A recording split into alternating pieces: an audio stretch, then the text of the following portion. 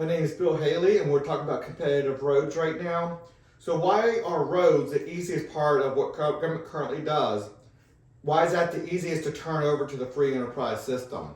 So, we'll talk about a few things, and then we'll talk about the structure of the free enterprise system that could handle the road situation easily. We don't just leave it to a wish and prayer. We have a structure. But here's some of the bullet points. This is a moderated version of it, abbreviated version of it, and there's a lot more on my website. We'll get to. Okay, it's already good produced by the private companies. Most roads are produced, made, constructed by private companies. They just do the contracts from the government. Mostly there are contracts from the government to do that, paid with taxpayer money. But since private companies are already doing it, we know that private companies can build roads. So can it be done in the free enterprise system? There's little reason to be cost effective in the current monopolized system paid by taxpayer dollars. Politicians want to make sure contracts are robust enough that they can get donations and good wages in their communities. That there is perverse incentives to do things the opposite way. Some politicians and bureaucrats, sure, they want to get the best bang for their dollars, but that's not always an incentive structure. So there's little reason to have a good return on investment. We've heard of bridges to nowhere and the like, because it gives jobs in a certain politician's district that they're in, and gives certain people those contracts and jobs in their community, regardless of whether that road or bridge was really needed or not, or the most effective.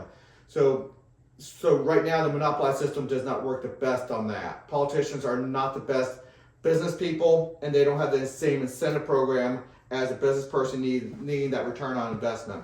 And return on investment is highly useful to get the best products and services to the most amount of people where it really needs it.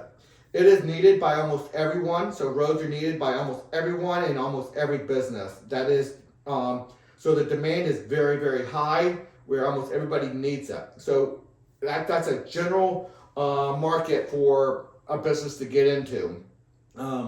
It's almost always there's almost always multiple roads to get to your destination. Obviously, in residential areas, there's limited number of roads to get to your destination, but most neighborhoods are going to be going into the whole neighborhood will be owned. All the roads will be owned by a single corporation, most likely, where homeowners are buying into that stock.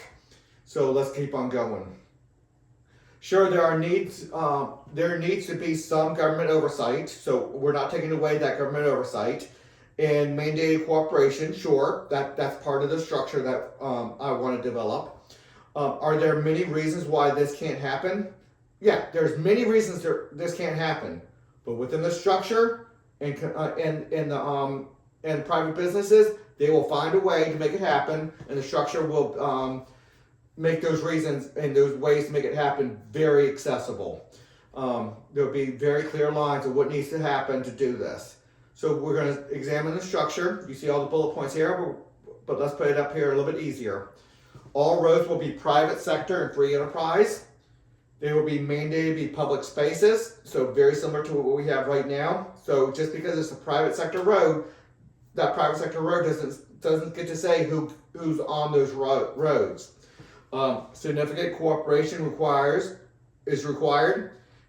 Corporations, stocks open to the public, so every road needs to be a corporation with very little exception on that. So there will be boards of directors and the like. Every road or small collection of roads must be owned in a publicly owned corporation. Every CEO and board of directors will operate their roads. Every board of directors will decide its toll rates. And all tolls will be collected by a constitutionally anonymous unified transponder system. A lot of words right there, but all of them very important. It is considered theft of road services to drive without a funded transponder. and transponders must be reloaded to get gas or connected to a charge card. So that's the way we're going to pay for roads. Instead of paying gas tax, which is a big part of paying for our roads, so the gas will be less expensive. But when you get gas, you just add money to your transponder, and it is highly likely every time free enterprise comes into play, the prices get cheaper and the product gets better. So the roads will get a higher quality roads at a cheaper price. It happens all the time. Cooperation among road businesses on intersections and other issues is required. So there's not going to be big fights, or when there are big fights between two different roads, there will be a way for the hierarchy, the leadership, different systems to come in and say, this is the way it's going to be.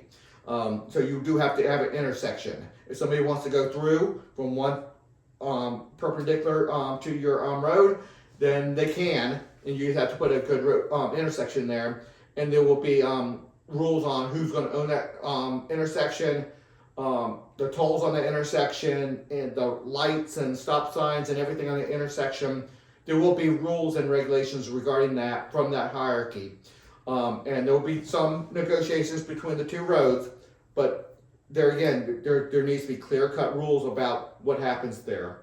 Most roads and sidewalks must be public places, so we're not going to change that. Board of directors cannot say we can't have anybody.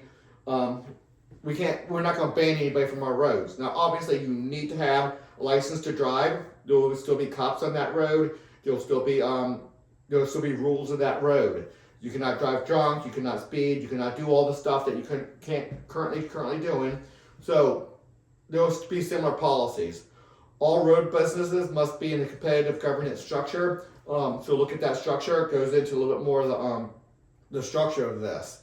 So it can happen, and roads are probably the easiest thing to turn into free enterprise system. Oh, a little bit more. Most roads and sidewalks must be public places and not deny anyone usage. I think I did that one already. All road businesses must be in the competitive governance structure. Again, okay, the transition. Every road or small collection of roads will be put into a new publicly traded corporations as an asset.